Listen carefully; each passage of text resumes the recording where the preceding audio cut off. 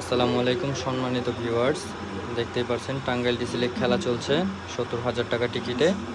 তো সবাই লাড্ডু থ্রো করতেছে কাতল মাছ শিকারের জন্য। তো আশা করি ভালো কিছু আপডেট দিতে পারবো আপনাদের মাঝে। আপনারা সবাই আমার পাশেই থাকবেন।